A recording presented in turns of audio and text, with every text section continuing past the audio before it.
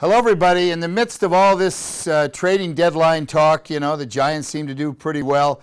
We had Ed DeBartolo, who's going into the Hall of Fame this weekend in Canton, Ohio, the former owner of the 49ers. We had him on the air, and it just reminded me, and again, for the younger people in our audience, oh, geez, he's talking about what happened during the 1980s. But it really was, the only thing I can compare it to, you know how much you loved the Warriors and the whole community rallied around the Warriors, what a couple years they've had. Okay, yeah. Remember the Giants, they won 3 championships in recent years. Remember all that?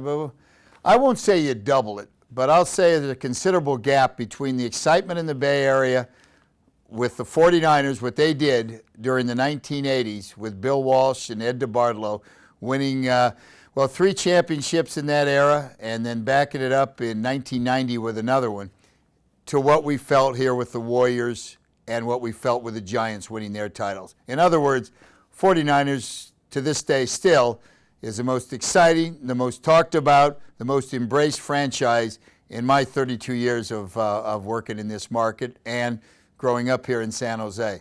And I think you can point to it very simply. Joe Montana still lives here. Ronnie Lott still lives here. You go right down the line with Steve Young still lives here. Eric Wright, great defensive back, still lives here. Brent Jones still lives here. My point is, these guys were a part of the community.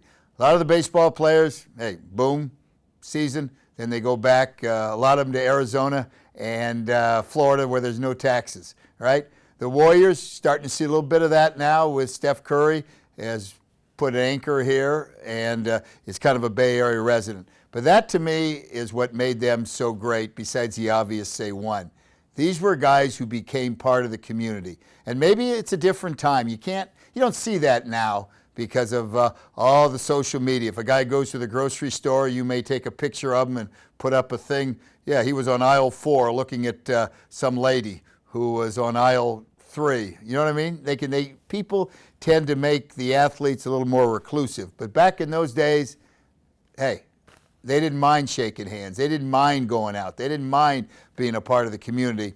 And that's why talking to Ed DeBartolo today reminded me. And granted, lose a little bit of the demographic, but it reminded me of a time when the athletes and the media weren't fighting with each other. There was still a little disagreement, but there was still, hey, it's fun covering you guys, as opposed to, all right, now let's find some dirt on them for sports talk. Let's find some of that stuff that'll make them, at the very least, get people saying, yeah, that guy sucks, that guy sucks. They still sucked back in the 80s, but there was a time where the 49ers were a part of this community, not just people that we would root for on the weekends, but people who you felt like, in a corny way, they were kind of your friends because you saw them everywhere. All right, that's enough. For the young demographic, I'm sorry, but every once in a while, let the gray hairs speak.